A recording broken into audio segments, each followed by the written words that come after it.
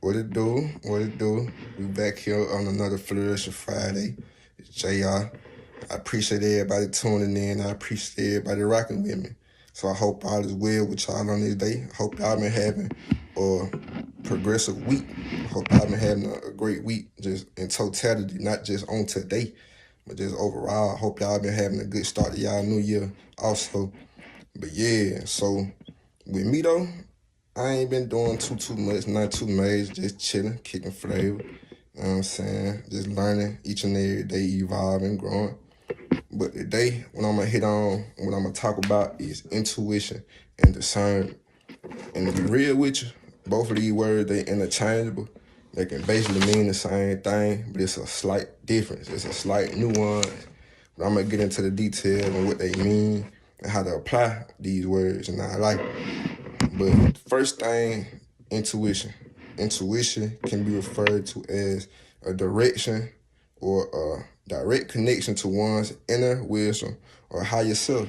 And it's often interpreted as a way to receive guidance from a divine source. And it's allowing one to know something without conscious reasoning. So that's why people say they got that gut feeling or that instinct, or they just know sometimes. They ain't got to have no facts to prove it. They ain't got to have nothing to actually claim this case. And before I go on real quick, I just want to apologize for any background noise or any disruption that y'all hear in the mic, because you got to understand, I ain't really got no whole setup right now. This ain't 106 in Park. This ain't the Apollo Live, you feel me? So I'm just working with what I got. But yeah, continuing on with the lesson.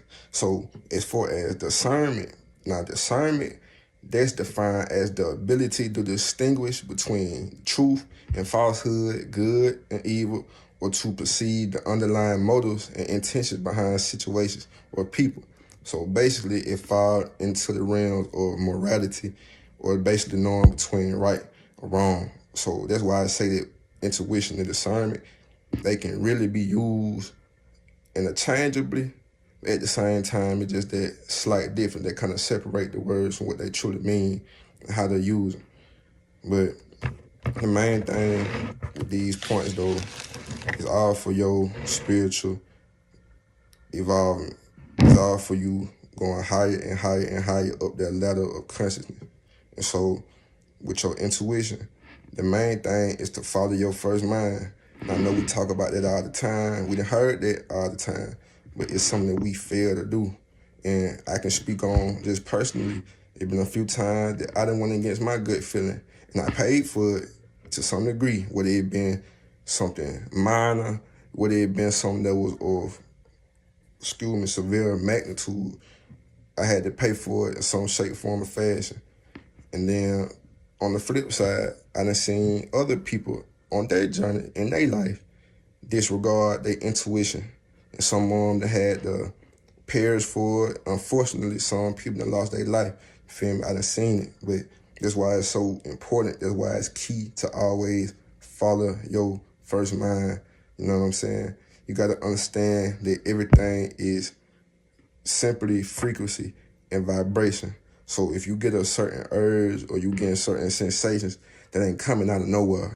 It ain't happening for no reason. You get what I'm saying? Everything happens for a reason. Everything serves some type of universal purpose for a higher order. Whether we understand it or not, it's definitely happening for a reason.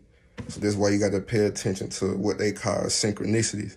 And synchronicities, those are basically like different signs, or if somebody say that they need a hint or this and that, that's how the universe show it to you and lead you to the next step on your journey. For example, it could be a question that you got in mind, or something that you just been thinking on, that you just been reflecting on, but you just can't seem to find the answer. But then you ride down the street, you look up on the billboard, the answer right there in your face. That spirit, that's that intuition leading you and guiding you. You ain't even got to too much do no manual labor. You ain't got to do no hard work. Just follow your spirit, follow yourself. So in order to do this, though, and this may be a challenge for some people, which I understand. We human. We mess up, I get it.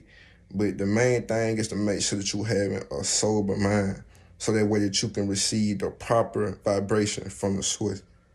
Because you got to understand whenever don't get me wrong, I ain't judging people that drink, smoke, whatever you do, whatever you feel, they resonate with you and how you want to express yourself. Nothing wrong with it at all, but with everything, you got to understand that it needs to be done in moderation.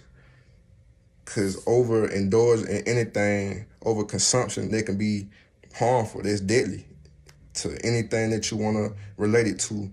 Drugs, women, anything, money. Even money sometimes, a little bit too much money for somebody, it could flip their world upside down. It could be too much for them to handle. And going back to having a sober mind, you have to operate with clairvoyance. And essentially, clairvoyance is the ability to perceive things that are not beyond the range of normal sight or the senses. So it means to have clear sight or mental and spiritual clarity. And really, you got to look at your spirit as like a plant. If you don't give it the correct amount of sunlight, if you don't give it the right hydration, if you don't give it the right attention, the plant is going to die. It's not going to produce no fruits. It's not going to produce no vitamins, no minerals, nothing that's going to be beneficial for your well-being. So the same things applies on a spiritual note. If you're not doing these necessary things, such as meditating, such as taking the time to do the shadow work, and shadow work means basically facing them inner demons, going back and having those tough conversations with yourself about your childhood trauma or about trauma that's just going on currently in your life. Anything that may be potentially holding you back from reaching that level of elevation that's right there waiting for you. You just got to tap into it. So, yeah, I really do pray, and I'm speaking, and I'm claiming that everybody receiving what I'm saying, because I'm not doing it just for the fun of it. I ain't doing it just for the spectacle or for the aesthetic. This is true me. I'm giving you the game for a reason.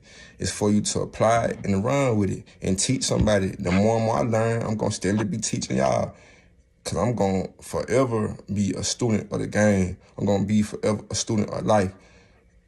I'm not yet at the level of self-mastery in which I strive to be at, meaning that it's a everyday process. It's an ongoing process. And you got to constantly refine yourself. So I'm just thankful for everybody taking the time to listen to what I got to say. Because a lot of people, they probably feel like, man, he ain't no name, you feel me? They ain't even really gave a but a chance. So I appreciate y'all real there, hollering at me and coming to check in. I appreciate it. Y'all have a blessed rest of y'all day, a blessed rest of this month. And just remember to stay on your purpose, stay on your path, and keep running this marathon until you ain't got no more else to give. You know what I'm saying? But yeah, just from the heart to the soul, JR, we out of here.